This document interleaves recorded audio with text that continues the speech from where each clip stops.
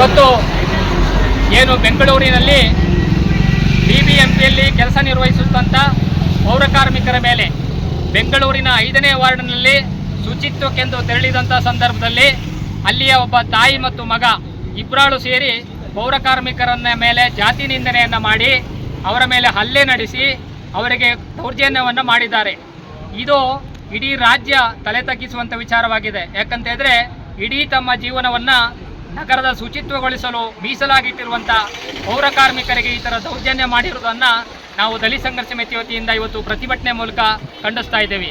ಹಾಗೆಯೇ ಏನಿವತ್ತು ಶಾಸಕ ಮುನಿರತ್ನ ಅವರು ತಮ್ಮ ಲಂಚಕ್ಕೋಸ್ಕರ 30 ಲಕ್ಷಕ್ಕೆ ಒಬ್ಬ ದಲಿತನ ಮೇಲೆ ಬೇಡಿಕೆಯನ್ನಿಟ್ಟು ಅವರನ್ನು ಜಾತಿ ನಿಂದನೆ ಮಾಡಿ ಹೀಯಾಳಿಸಿ ಅವರ ಮೇಲೆ ಹಲ್ಲೆ ನಡೆಸಿದ್ದಾರೆ. ಆದ್ದರಿಂದ ಶಾಸಕ ಮುನಿರತ್ನರವರು ಶಾಸಕನಾಗಿ ಮುಂದುವರಿಯಲು ಯಾವುದೇ ನೈತಿಕತೆಯನ್ನು ಹೊಂದಿರಲ್ಲ. ಅವರನ್ನು ಕೂಡಲೇ ಸ್ಪೀಕರ್ ಮತ್ತು ಮುಖ್ಯಮಂತ್ರಿಗಳು ವಜಾಗೊಳಿಸಬೇಕಂತೇಳಿ ನಾವಿವತ್ತು ದಲಿತ ಸಂಘರ್ಷ ಸಮಿತಿಯವರು ಒತ್ತಾಯಿಸ್ತಾ ಇದ್ದೇವೆ.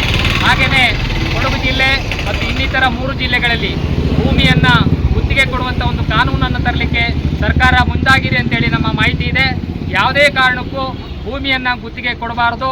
ಅನೇಕ ವರ್ಷಗಳಿಂದ ಲೈನ್ ಮನೆಗಳಲ್ಲಿ ಕೂಲಿ ಕೆಲಸ ಮಾಡಿಕೊಂಡು ಬಾಡಿಗೆ ಮನೆಗಳಲ್ಲಿ ಅನೇಕ ಕುಟುಂಬಗಳು ಇವತ್ತು ಪ್ಲಾಸ್ಟಿಕ್ ಶೆಡ್ಗಳ ಮನೆಗಳನ್ನು ಕಟ್ಟಿಕೊಂಡು ವಾಸ ಮಾಡಿ ಸರ್ಕಾರಕ್ಕೆ ಅರ್ಜಿಯನ್ನು ಸಲ್ಲಿಸಿ ಜಾತಕ ಪಕ್ಷಿಗಳಂತೆ ಇವತ್ತು ಭೂಮಿಗಾಗಿ ಕಾಯ್ತಾ ಇದ್ದಾರೆ. ನೀವೇನಾದರೂ ಭೂಮಿಯನ್ನು ಕೊಡುವುದಾದರೆ ಫಸ್ಟು ಏನಿವತ್ತು ವಸತಿ ರೈತರಿದ್ದಾರೆ ಅವರಿಗೆ ನೀವು ಮೊದಲು ಭೂಮಿಯನ್ನು ಕೊಟ್ಟು ಆನಂತರ ನೀವು ಈ ಕಾನೂನನ್ನು ಜಾರಿಗೆ ತರಬೇಕು.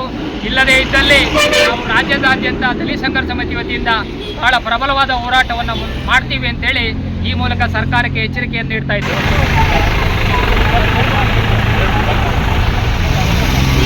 BBMP ಪೌರ ಕಾರ್ಮಿಕರ ದೌರ್ಜನ್ಯಕ್ಕೆ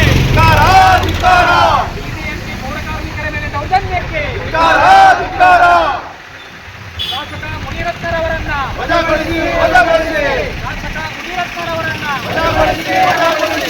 ಭೂಗುತ್ತಿಗೆ ಕಾಯ್ದೆಯನ್ನ ಭೂಗುತ್ತಿಗೆ ಕಾಯ್ದೆಯನ್ನ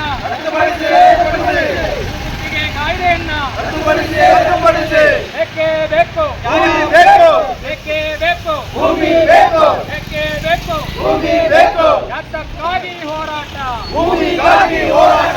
ಯಾತಕ್ಕಾಗಿ ಹೋರಾಟ